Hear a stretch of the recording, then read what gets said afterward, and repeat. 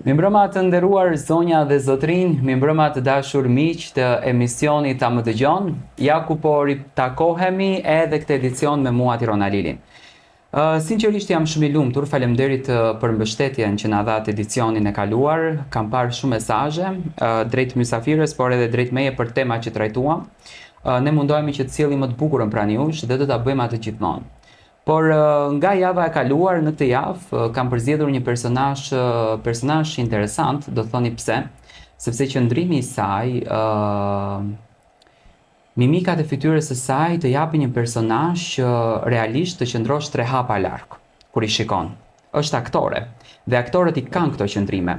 Por gjatë bisedës me të, brenda shpirtit të saj njeh një njerëz shumë pozitiv dhe me një energji fantastike, që do me thënë unë tek ajo pash dimensionin e jashtëm të botës dhe dimensionin e brendshëm. Atë njeriu që ne gjithmonë e kemi në dualitet. Me mua sonte në studio është një aktore me një peshë të madhe në artin shqiptar, konkretisht në Maqedoninë e Veriut. Ajo ka një karrierë të jashtëzakonshme, por aktrimi nuk i mbeti asaj vetëm ëndër fëmijërore. Realizoi ëndrrën, e jetoi ëndrrën, por e bukura e ëndrrës ishte që personi i jetës së saj ishte pikërisht aktor. Dhe 2 aktor në një shtëpi. Sonte do zbërthejmë më shumë se çka për të nderuarën Drita Kaba Karaga. Faleminderit shumë që je pjesë e studios time.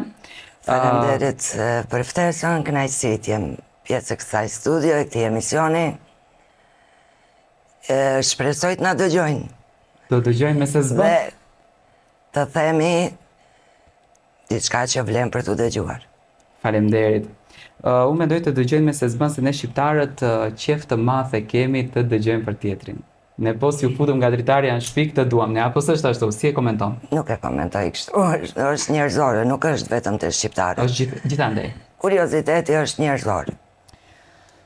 Zonja Dritë, do të kthehemi pas në kohë? Mundemi. Ju vini... Do përpiqemi. E pra, ju vini nga një... Unë nuk e quaj fshatat, unë atë e quaj qytet.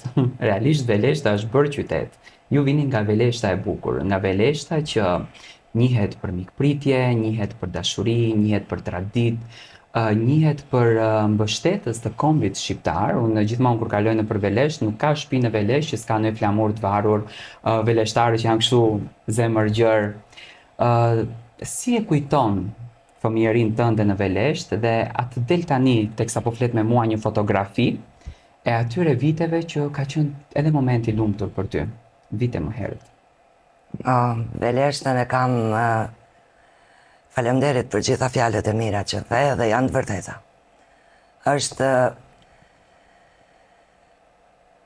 për Veleshtën kam jetuar gjithmonë me mall dhe vazhdoj të jetoj me mall. Në Veleshtë kam fëmijërinë time. Edhe ato e ruaj fort. Atë fëmijën që e shoh në gjitha rrugicat e Veleshtës, në shtëpinë time të ngrohtë, në familje. Edhe në skenë, për herë të parë, në skenë kam dalë në Veleshtë. Në Veleshtë? Në shkollë, për të recituar, pastaj për të kënduar, pastaj me shoqërinë Shpresa. Kemi bërë edhe shfaqje teatrale. Aty, do më thënë, skena me mua për mua ka nisur në Veleshtë. Mirë po, vitin e parë shkollës mesme, unë si shumë fëmijë tjerë,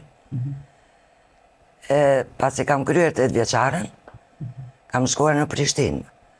Do më thënë, qëllimi vetëm ka qenë për të mësuar në gjuhën shqipe. Në atë kohë në Veleshtë nuk mësoheshte në gjuhën shqipe, a? Mësoheshte në fillore, po pastaj gjimnazin në Strugu u mbyll. U mbyll. U mbyll për të mësuar shqip. Në fakt, ishin disa landë, por kryesisht mësoj maqedonisht. Edhe atëherë edhe nga Dibra, edhe nga gjitha qytetet e Maqedonisë. Shumë zënës, unë vetë prej Veleshtë e kisha 3 shok të klasës që i kisha patur edhe në fillore. Të gjithë në Kosovë.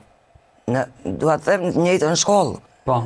Edhe imagjino në për klasa tjera dhe në për shkolla tjera. E kuptoj. Sa shumë kishte. Në atë kohë ku përmendet patriotizmin, prindërit tanë vërtet edhe kanë darë nga kafshata e gojës tyre, se nuk kanë qenë biznesmen. Mirë po, kanë bërë sakrificë për mësuar në Shqipë. Pastaj një fëmijë që i bie pesha e gjitha llogarit t'i bësh brenda muajit për banesën, për rrymën, për gjitha argjimet që ka, domethënë qysh jo vetëm mua, po qysh si fëmijë në një mosh 14-15 vjeçare, të bie barra për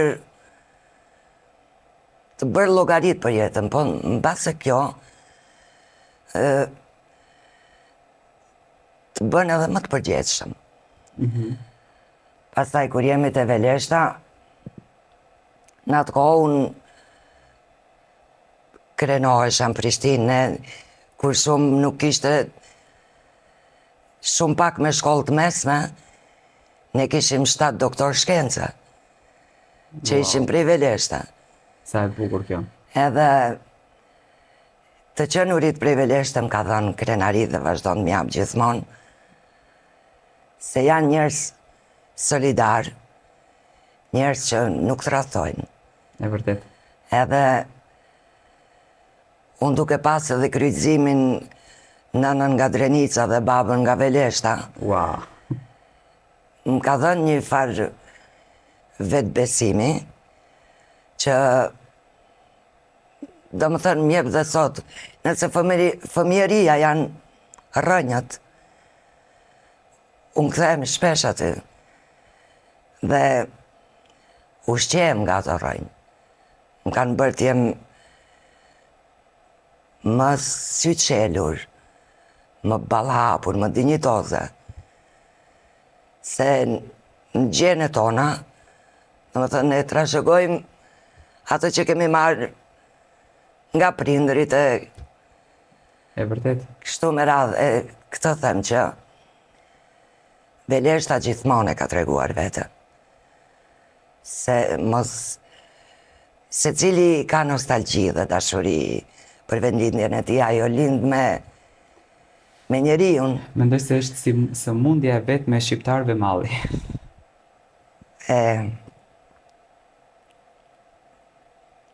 Malli është njerëzore. Për çfarë ke mall më shumë? Po ja ku përmendet për fëmijërinë. Kam mall për gjitha lojrat që ne kemi krijuar. Kam mall për ato dasmat ku zë fill teatri aty. Në për ato odat ku krijohen aq shumë këngë traditës, këngë të dasmave. Edhe është e gjithë krijimtaria popullore.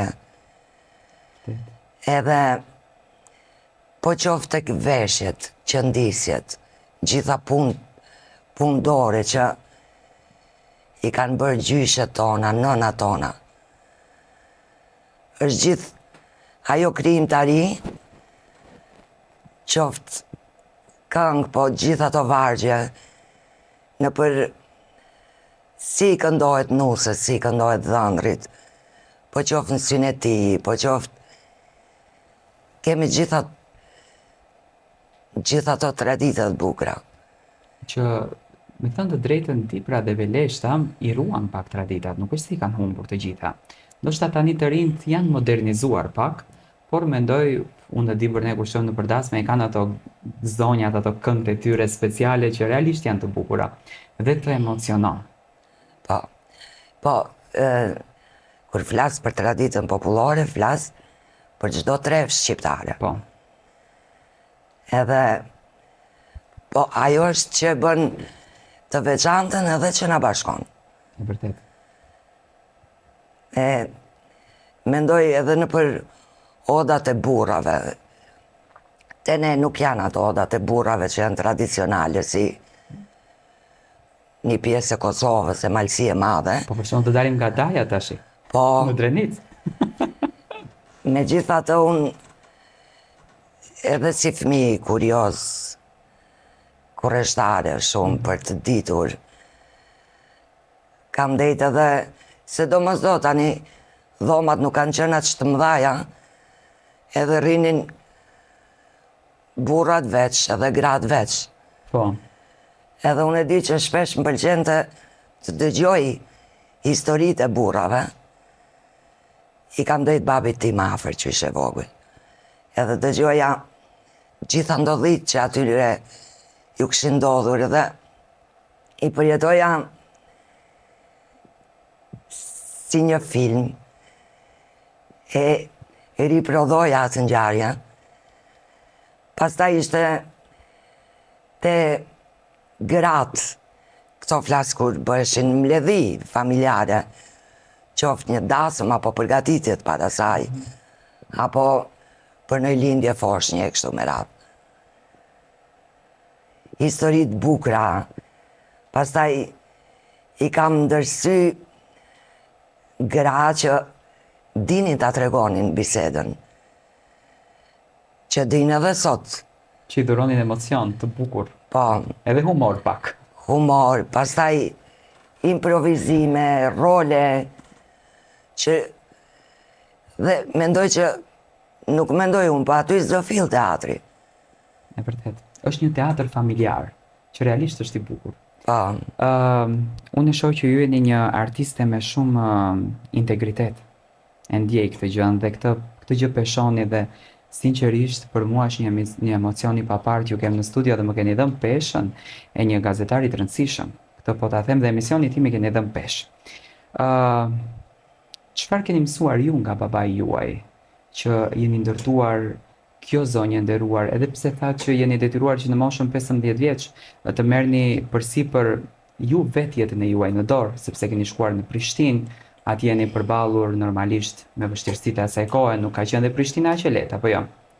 Çfarë u ka thënë babai juaj ditën e fundit kur ju dolët më prej Veleshte për të ikur për Prishtinë? Dhe sa ka zgjatur ajo rrugë? unë kam patur atëherë edhe Hallën edhe Axhën.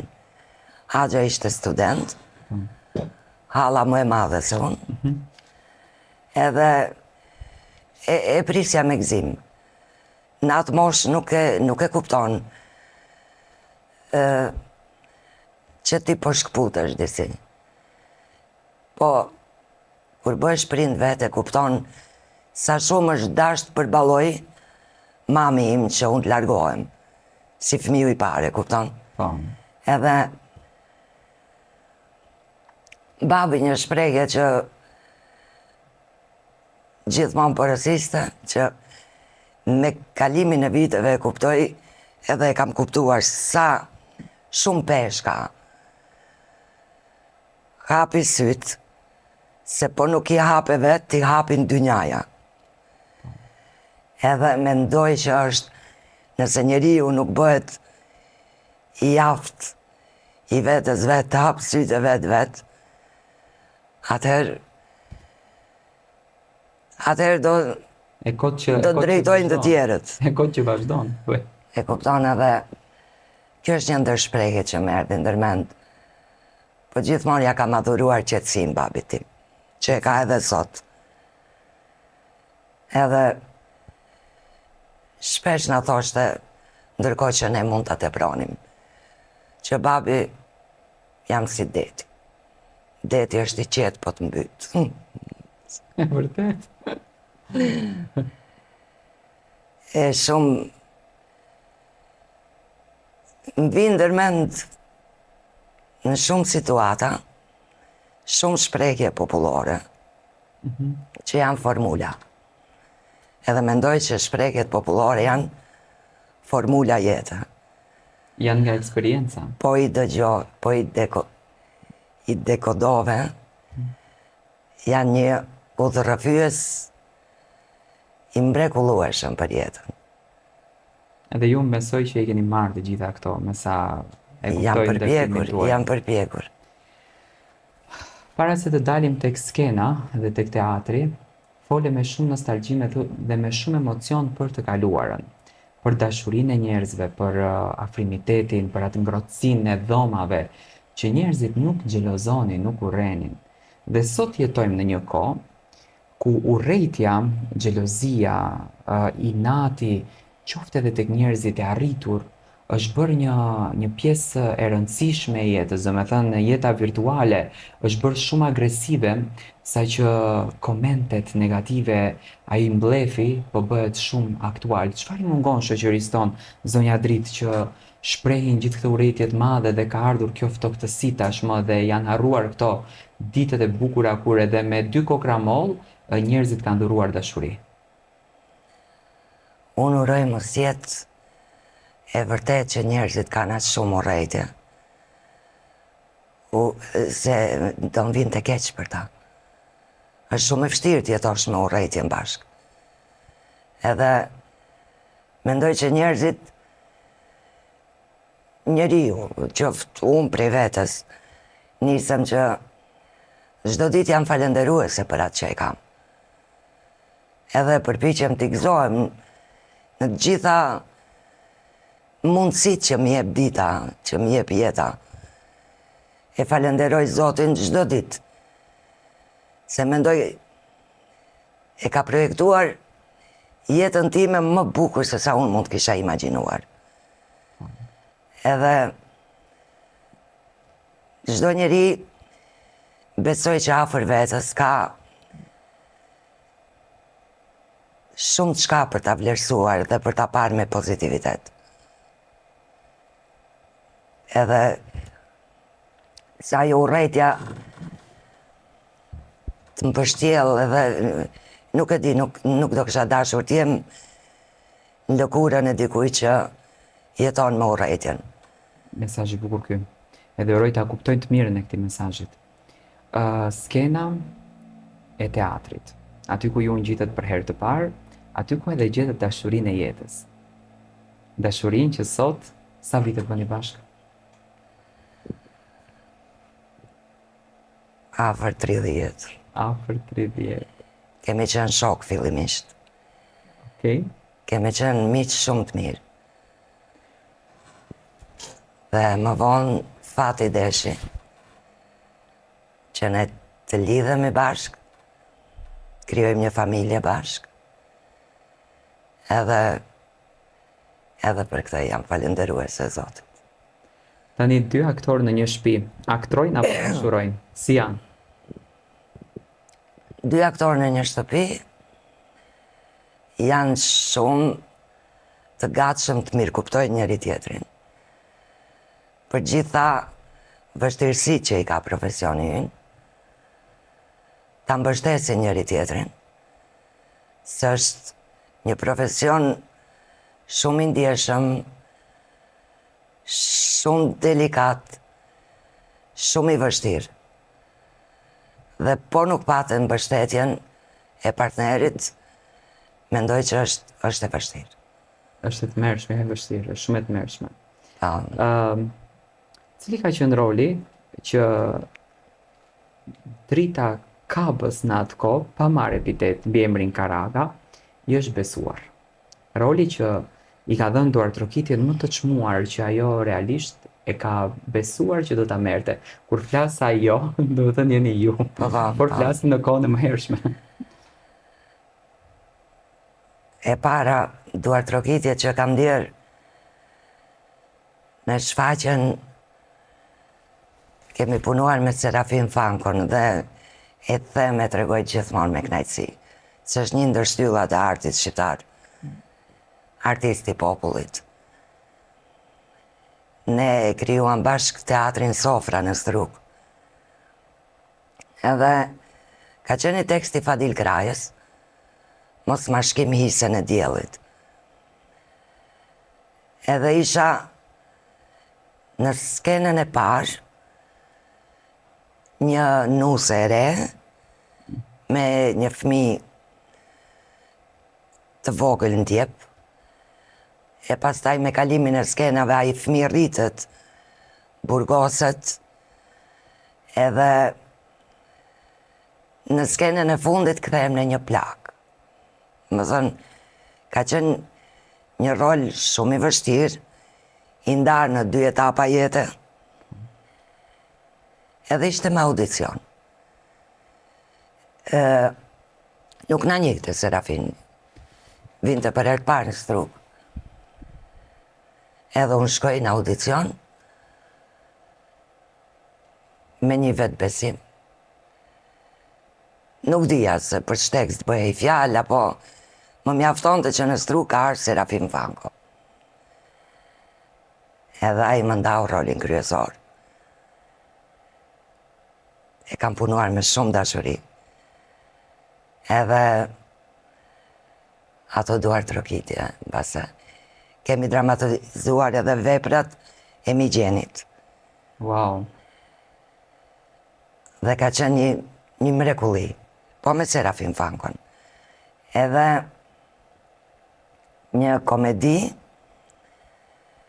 ku kam patur një rol i cili më përsolli deri në fakultet.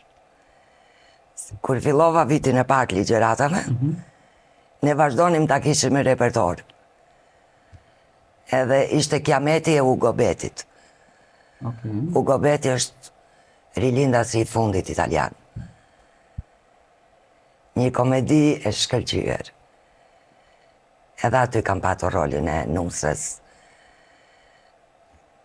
Them nusës se kisha dhe vjerën në rol. Aman, mos më prekte kjo tema, se kjo është temë e ndjeshme. Pse? Po ja këto nusët dhe vjerat, se nuk gjejmë paqe. Gjejmë paqe. Gjejmë. Gjejmë, kur ka dashuri. Patjetër. Po, më të vazhdo. Këto janë duar trokitjet. Ne edhe më herë, do me thënë, patëm punu dy krisma në Paris. Edhe unë me që e para fare është një tekst i Puntorie Muqa Zibës. Satana vdes në muzgë. Puntoria është autore nga Veleshta. E përshëndesim. Gjithashtu. Edhe është një tekst që është marrë nga një ngjarje e vërtet. 3 djemë të burgosun nga Veleshta, që ishin Tahirani, Garib Kaba, edhe Sulejman Hani, edhe Gzim Kaleci, në fakt 4. 4 djemë. Edhe për ta Puntoria ndërtoi një dramë. Se Gzimit që tani më është i ndjerë, në kohën që ishte i burgosur, ishte i fejuar. Edhe ajo nusja e priti 7 vite. 7 vite? Po. Pas burgosjes ata lindën 2 fëmijë, edhe ai ndroi jetë aksidentalisht. Një dramë shumë e madhe. Po, paraprakisht shfaqja ndodhi. Kur Gzimi ishte ende gjallë. Edhe kemi bërë provat e shkolla. E kemi shfaq në Strug, në Kërçov, kemi bërë disa me atë shfaqje. Edhe unë kur menduan që të punoj në Strug 2 krisma në Paris,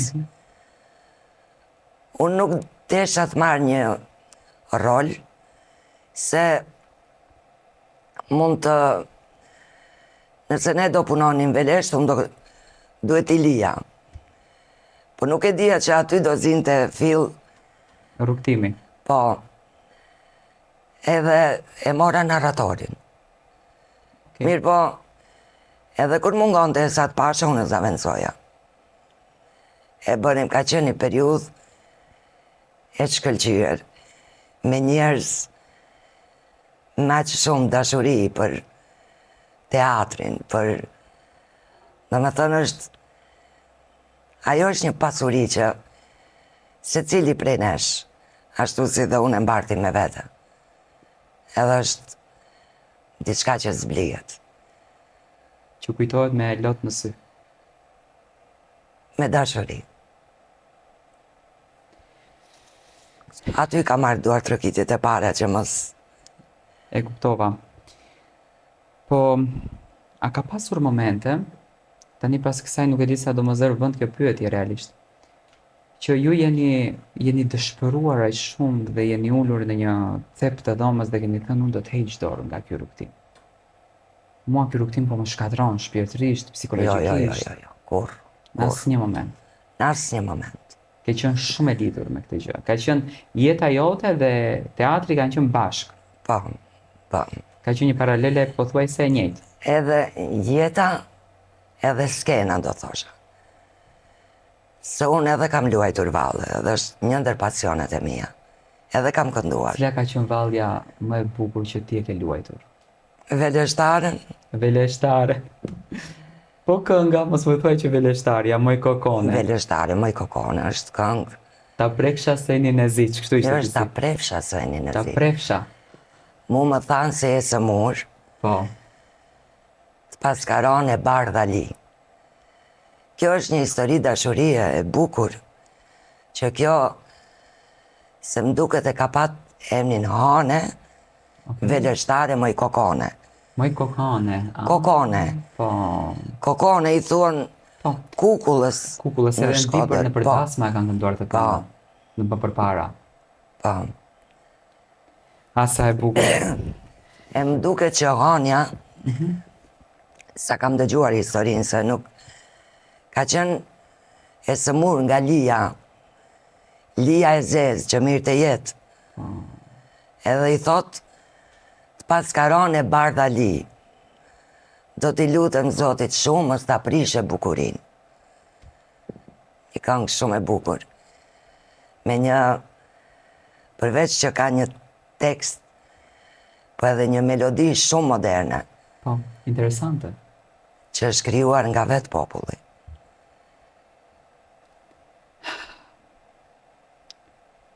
Jeta gjithmonë nuk është duar trokitje, zënja Dritë. A ka një moment që ju në librin tuaj të jetës e keni ngjyrosur me ngjyrë të gjelbërt, se nuk do të them me ngjyrë të kuqe, me të gjelbërt, si momentin më të vështirë të jetës tuaj, dhe që nuk do të haronit. Unë thash që përpiqem t'i mbaj gjallë momentet e bukura. Se dhe mendoj që ato të bëjnë të vazhdosh. Nuk kam patur. Ja, jeta sigurisht është me ngjyra. Po ka patur edhe momente të atilla, por nuk i kam fiksuar se ato bëjnë pengesë. Unë di t'i abstrahoj. Sigurisht marrë një mësim se cilën do situatë. Nuk është jeta fush me lule. As jeta ime nuk ka qenë. As nuk është.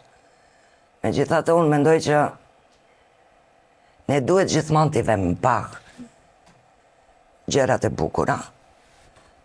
Për se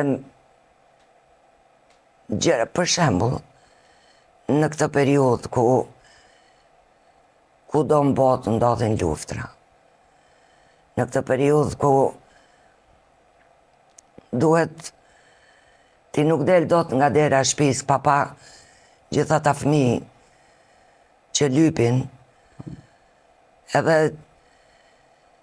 e sheh që migjeni është aktual. Dhem shpirti kur shoh nëna, baballar që shtrin dorën, edhe më dhem të mendoj për kush i ka detyru. Kush i detyron këta njerëz të zgjasin dorën. Është trishtim ka gjithkund. Edhe Edhe kur mendon që akoma si para 30 e ca viteve duhet ta bërtasin fort studentët ta mbrojnë gjuhën e tyre. Hyrje tek pjesa e gjuhës. Edhe kjo më dhem, E folëm që parë për Veleshtën, që keni qenë kontribues të lartë në këtë drejtimin, por kjo nuk është vetëm te Veleshta, është tek të gjithë shqiptarët. Ju si aktore me një peshë kaq të madhe, mendoj që zëri të gjithë neve duhet jetë tek studentët.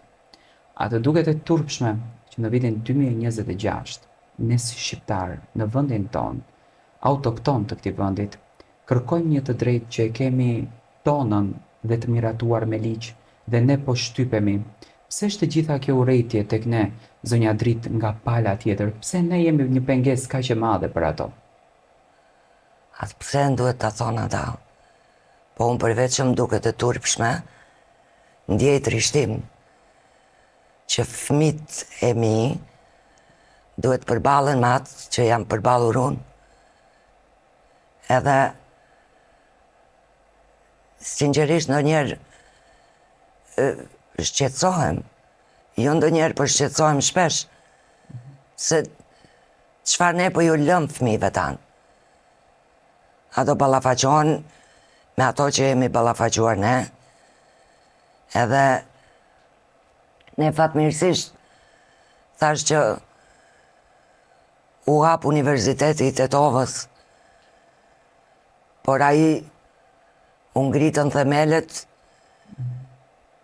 mbi gjak dhe akoma duhet vazhdohet edhe në këtë, edhe në 2026. Nuk e di prej nga ju vjen njerëzve urrejtja për gjuhën tonë, për identitetin tonë. Pa është problemi atyre. Unë mendoj që ne duhet mendojmë seriozisht për vetë-veten tonë.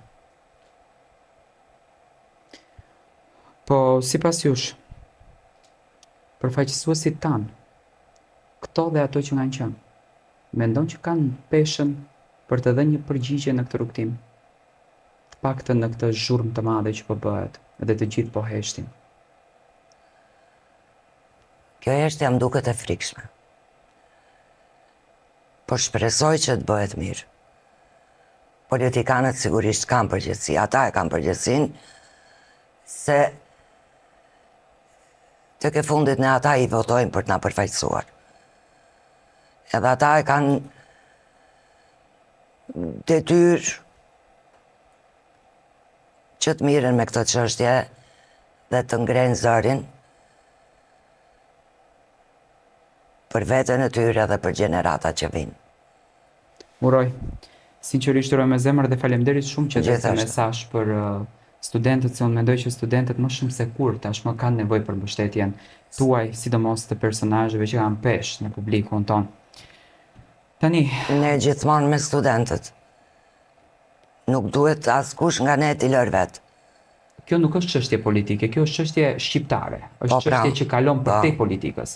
Dhe kur bëhet fjalë për gjuhën, kur bëhet fjalë për flamurin tonë, duhet të gjithë të flasim. Pa marrë parasysh karrigjes, këtu ku mbet peshën dhe karrigja, mendoj unë. Para identitetit, se kush e identifikon një popull, gjuha, flamuri. Shumë e vërtet. Edhe ne pa to jemi asgjë. Po nuk luftuam ne vetë, po nuk i mbrojtëm ne. Kush? Kush do lufton për ne, askush. Vërtet. Sigurisht. Më thuaj, cila është fitoria më e madhe juaj shpirtërore? Ajo që nuk lidhet as me çmimin, as me famën, por me qetësinë tuaj të brendshme.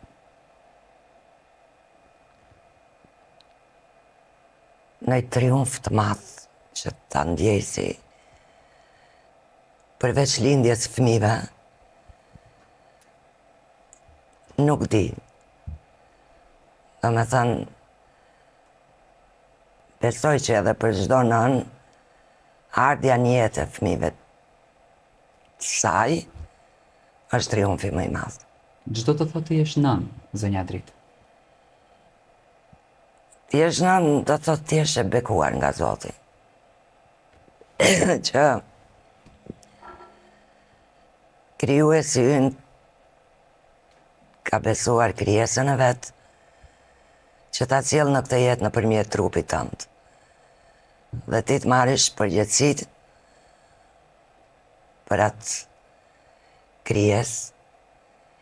Nuk je më ti në vend parë, po është fëmiu, pastaj nëna.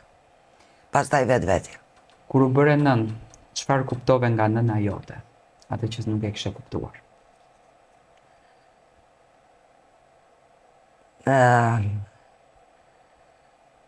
Kuptova se shumë net pa gjumë ka kaluar ajo për mua. Nuk e kuptova me të parën, kam kuptuar çdo ditë edhe e kuptoj në gjitha situatat. Se thash, fëmijërinë e kam shumë të freskët, e ruaj me fanatizëm brenda meje, e ruaj shumë të gjallë. Edhe i di saktësisht si kam reaguar, çfarë s'kam kuptuar, edhe por prandaj them jo vetëm për nënën time, po për gjitha nënat janë të bekuara. Si e balancon drita, kapa, karaga, jetën private dhe familjen me kërkesat e egra të botës së artit edhe të ekranit? Pse i quan të egra? Kështu i shohim ne. Ne këto i shohim shumë të egra këto kërkesa. Jo, mendoj kur flasim për artin e keni fjalën për aktrimin, sa ajo është profesioni im. Unë e bëj me shumë dashuri, se cilin rol. Edhe më duket gjithmonë një sfidë para meje, me cilën duhet ballafaqohem, por është një punë që e bëj me shumë dashuri. Më pëlqejnë sfidat, më pëlqen të eksploroj, studioj rreth një jetë tjetër që s'jam unë, edhe ta vesh petkun e atij personazhi, edhe ta besoj në çdo detaj. Gjithmonë duket shumë sfiduese, domethënë nga një tekst i shkruar të sjellësh në jetë një njeri, edhe është e bukur. Unë e bëj me shumë dashuri edhe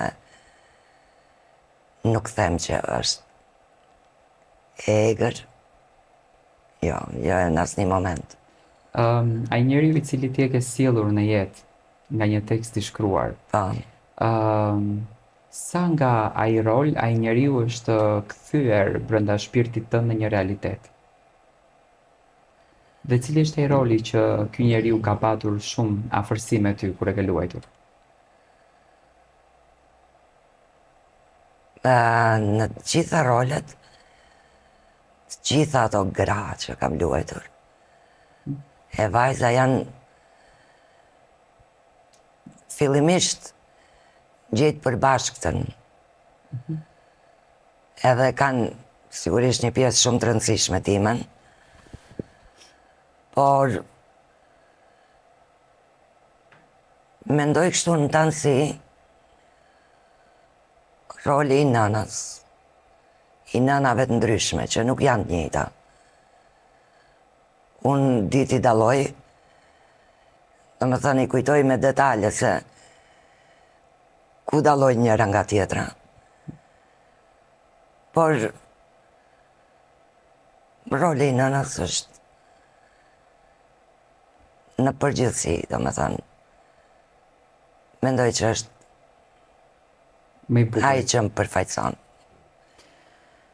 Sa ndikon tek një grua për të qenë e zonja e vetes dhe e fuqishme në sytë të tjerëve, vlera që i jep burri i saj? Dhe çdo femër shqiptare mund të arrijë të ndjekë ëndrrën, apo janë mentalitetet, këto egërsitë e martesave, ja përsëri tek e Gradola, që ato i lanë pak nga pas dhe ëndrat e tyre mbeten ndoshta të shkruara në për ato ditarët kur kanë qenë të vogla. Të them drejtën, fillimisht vajzat marrin fuqin nga babai. Edhe ka ndodhë si ka ndodhë në kaluarën, shpresoj prej tani që baballatët të dinë që janë herojnë të vajzave tyre. Edhe duhet t'i mbajnë afër. Duhet t'i dëgjojnë që ato të kenë një vetbesim. Që e pastaj një vajzë që është rritur me vetbesim, gjen mirë kuptim me burrin, sigurisht ku nuk mungon dashuria, e pastaj me gjithë tjerët me radhë, me djalin, me miqt, mendoj që ka raste kur mbase vajzave se shiko, gjithmonë mendoj që mungesa e përkrakjes të vajzave qysh të vogla, ato pastaj i bën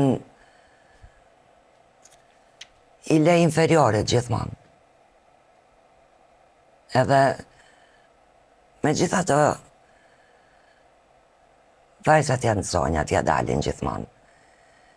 Edhe e kanalizojnë energjin. Nëse një ëndër nuk është realizuar dikur, do gjejnë një kanal për ta realizuar, për ta përmbush vetën ato që i mungon. Në këtë botën e mbushur me rrjetet sociale dhe këtij imazhit të sipërfaqësor, më thuaj si mund të mbrohet dinjiteti i një artisti? Në rastin tuaj, të aktorëve. Dinjitetin e kemi në dorë se cili vetë të mbrojmë vetën si aktor, si çdo njeri. Nuk mendoj që duhet ketë një ligj që të mbroj dinjitetin, nuk ka. Po, e vërtet. Kështu që dinjiteti është në dorën tonë, do të thënë mos bëhemi ne vetë shkas për të tjerët për të qeshur me ne. Tash për të qeshur e mendon për formë tallje. Po pra? Se ne nëse bëjmë një komedi, është detyra jona që të qeshin të tjerët. Në teatr, po jo në TikTok. Unë nuk kam TikTok. Për shembull, shumica aktorëve, nuk e di sa të kanë rënë në sy, bëhen pjesë e formateve siç është Big Brother apo Ferma VIP, ke dëgjuar për këto formate? Po, patjetër, unë kam televizion në shtëpi. Këtë e përdorin për rikthimin e tyre në skenë.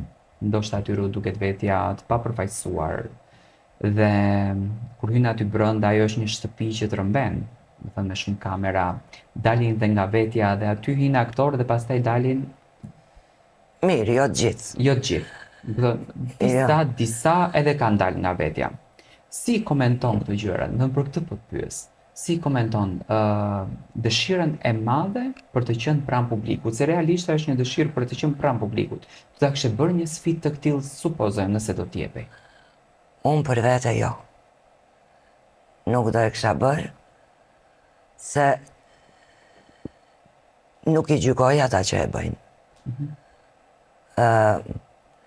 Po se cili zgjedh vetë, për shembull, për natyrën time, unë nuk i përballoj urdhrat. Edhe është një, ato janë emisione ku urdhërohesh. Po, realisht. Edhe unë nuk do kisha mundur. Ti imagjinoj tani, do me thënë që në natën e parë kishe dalë. Jo, nuk do isha futur fare, se unë e njoh veten mirë.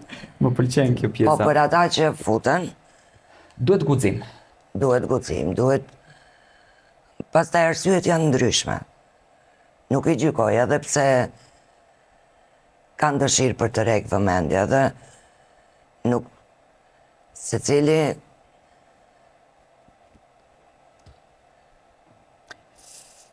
Mesazhi i bukur ishte kjo dhe më pëlqen kjo koherenca që ke në koherencën tënde, do të thonë nuk del përtej saj. Më pëlqen kjo. Tani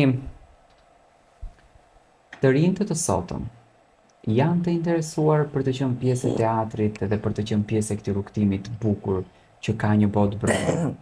Apo heqin dorë nga kjo dëshira për ta jetuar një botë kaq të bukur se unë çfarë arrita të kuptoj sonte? Unë arrita të kuptoj që drita që nga mëngjesi deri në darkë është gjithmonë me energji pozitive, sepse të qenurit artist, të provuar i gjitha këto role, edhe bashorti juaj ka një, domethënë një karrierë të jashtëzakonshme, i madhi Adem Karaga dhe kur bëhen bashkë këto të dy, domethënë flasin për role, për emocione, ndoshta edhe në shtëpi kur keni drama të rëndësishme, duhet patjetër që ti improvizoni, që mos dilni përtej saj, domethënë ju mban gjithmonë të ri, ju mban gjithmonë në formë, ju mban gjithmonë në forcë.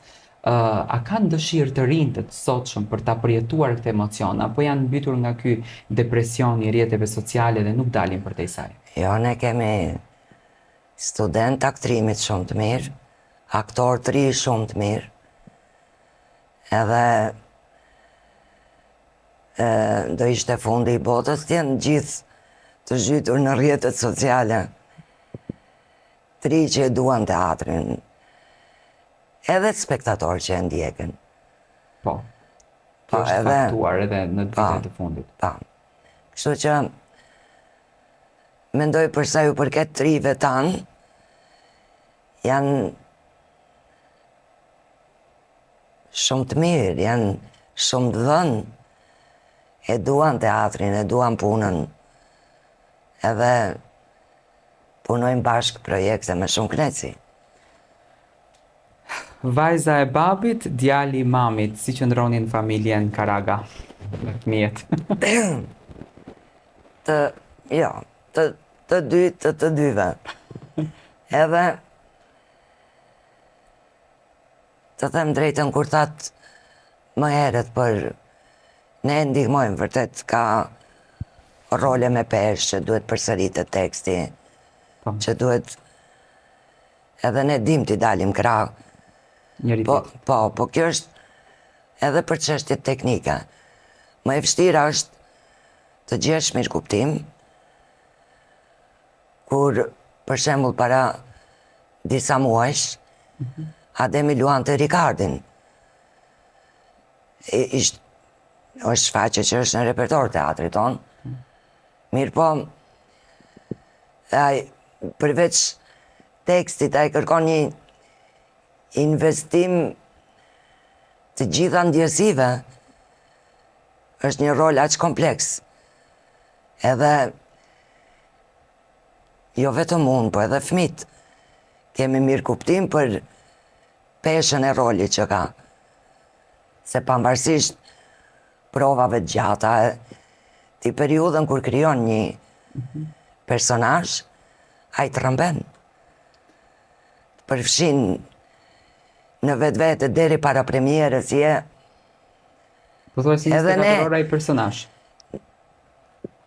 Ne dim të distancohemi nëse e dim që është për t'u përpjek për t'i lënë më pak barë të shtëpisë, të familjes, kur jep para një përgjegjësie aq të madhe. Sa e bukur, do kisha dashur të paktën të vi një herë të ha një drek me ju dhe të jem në një shtëpi aktorësh. Po, je të i dy mirë se bashkë. ardhun. Do kisha dashur shumë këtë pjesën, sepse besoj që aty do ta gjej fjalën çfarë është dashuria. Një lloj dashurie. Dashuria është shumë forma. Si do ma Edhe- percepton të një aktore mua dashurinë? Nuk dashuria është në gjitha format, në gjithë shka. Mendoj që se cili njeri e ka në vete dashurin, e ka aty afër, vetëm duhet ta gjej. Edhe dashuria nuk është vetëm ndërmjet në mes qiftit është dashuria për librin, dashuria për poezin, po e diti që edhe gjella nuk gatuhet pa dashuri. E ka të pjesën e vetë dhe ajo. Po, edhe gjithë shka që bën. Do me thënë, ne vetëm të drejtojmë të vëm një farë muri për energjit negative dhe t'japim dashuri për gjërat që kemi. është pa pagesë. Gjëja më e bukur që Zoti e ka dhënë, Po, po e vlerësuam. vëmendje për edhe falenderim për gjërat që se ne i marrim mirë qena gjithë shka që kemi. Po. Po, nuk duhet pasi t'i humbim, t'i vajtojmë. Duhet t'i çmojmë sa i kemi. Djali, me sa unë e pash në thënë në rrjetet sociale, ishte i rritur, djali juaj. Keni arritur të kuptoni ndonjë kështu? Do kemi fatin, ndoshta këtë vit të dëgjojmë që ndoshta do bëheni vjera, apo e keni përjetuar atë momentin? Orgesi ka diplomuar për regji. Orges, Orges, sa emri bukur, Po. trakzoj. faleminderit. Edhe shpresoj që të shohim sa më shumë shfaqje teatri. Nga i, Sa e bukur. pastaj mendoj që është i ri për të. Unë jam e gatshme për të qenë vjerë, nuk është puna të unë. Po, mendoj që duhet të bëj dhe një fazë jetë ku ai duhet të punoj për të marrë përgjegjësi në jetë. Se ajo është një fazë tjetër, kur bëhesh prind, ma nuk e kohë për veten. Mendoj që ka akoma kohë për ta shijuar veten. Sa e bukur kjo, zënja Drit. Koha është shumë e kufizuar, ne kemi shkuar 53 minuta. Goxha shumë. Realisht, po të them sinqerisht për këtë, unë nga skenarit kam bërë veç 3 pyetje. Më nxore krejtësisht jashtë skenarit. Kjo është merita e një njeriu me peshë. Dhe tani e kuptoj që për juve, jo një emision.